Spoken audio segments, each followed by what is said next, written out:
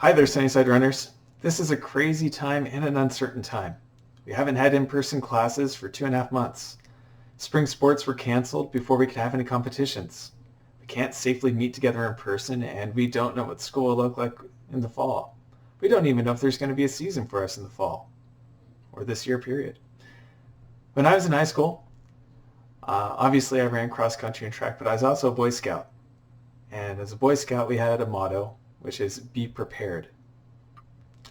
We don't know if there will be a season, but we can be prepared if there is one. If we train all summer and there isn't a season, what will we have lost at the end?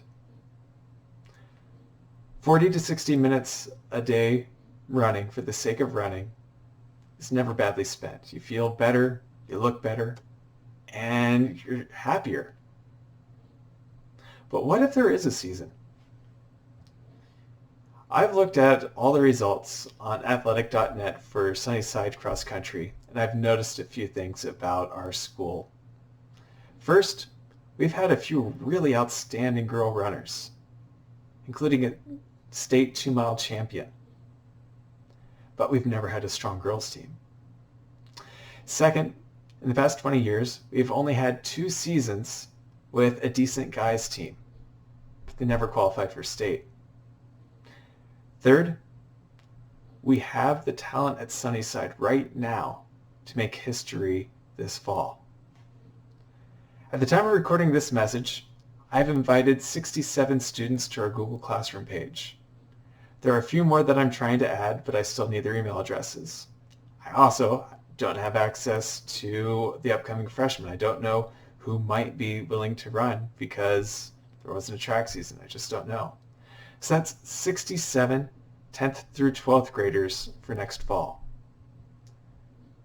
I've invited 30 girls to our Google Classroom page, and so far 9 have accepted and are receiving this video.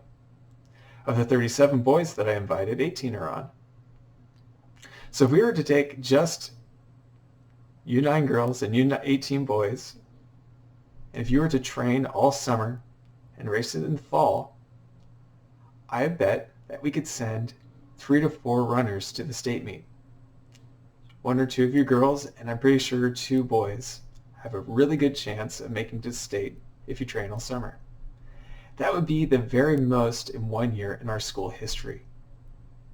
Only once, as far as I know, have we sent a boy and a girl in the same year.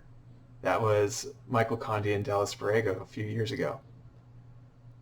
But 2 boys? Never happened. 2 girls? It's happened once. 2 girls and 2 boys? It's never happened. As far as teams go, if all 27 of you run over the summer, I can see the boys getting 4th in the league and the girls getting 5th. And those would be the best finishes that we've ever had as a 4A school in the Big 9. But what if all 67 decided to run over the summer and compete in the fall? On the girls' side, of the 30 that I've invited, I can realistically see 6 or 7 girls with the potential to qualify for the state meet.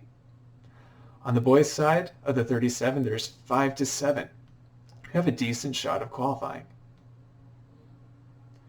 I've also noticed historically in the Big 9, if a team has just 4 potential qualifiers, they almost always qualify for the state championship as a team. Both of our squads could have 7 in the top 14 at the league if we can do 2 things this summer. Get our school's best runners on the team, and everyone commits to running every day. Now, at this point, you might be thinking to yourself, Coach White, if you want to focus so much on making the state, why aren't you just talking to the 14 who have a shot? Well, I have 2 answers for you. The first answer is Marley Wheats. Marley was one of our senior girls last year, and she is also one of my favorite runners ever. I loved watching how much she enjoyed being on the cross-country team. running helped her be happier. She always smiled more when she was running. And she was the emotional anchor for our team. Now, did she ever make an impact on our varsity team score? Well, she was a really good basketball player. She was varsity, starter, really good stats, but she wasn't a good distance runner. No, she never contributed towards the varsity team score. But her being on the team made everybody else better people, and I think we helped make her be a better person too. If all I ever got for the rest of my coaching career was people like Marley, and I never went to the state meet again, I would be completely fulfilled and happy. She's that good of a person. I would love to have just Marley's on the team. The next answer that I have for you is also another name. And this is for people who feel like they might not be able to contribute this year. I submit to you Kaylee Condi's older brother, Michael. See, Michael was a short little waif of a kid as a freshman. A slight breeze could knock him off course, and he was so scrawny that I don't think he got wet during rainstorms. As a freshman, his best time was in the low 22s, which would have made him a competitive mid-varsity runner if he was a girl. As a sophomore, he improved to the high 19s, which is a solid JV time. His junior year, he improved again, and he was running in the mid-17s, which is a competitive mid-varsity time. His senior year, he ran a 16:44 5K at the state championship meet. So in summary, there are three kinds of talented runners that I want on our team. The runners with the talent to work hard and improve over time.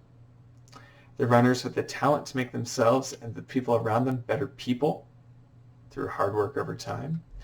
And the runners who are naturally talented and are willing to work hard to become better. If you're watching this, you could be one of those three, and I'm excited to help you do the right kind of hard work to make the most of this summer and next fall. If the 67 that I've invited, and I don't know, maybe a few dozen freshmen, all decide to see what happens if they try hard this summer, we will absolutely make history this fall with the first full teams from Sunnyside to qualify for the state meet together. So, encourage your friends to run. Invite them to our classroom page, and we will be prepared to see how far we can go this fall. See y'all, and stay tuned for weekly videos and daily running challenges. Bye.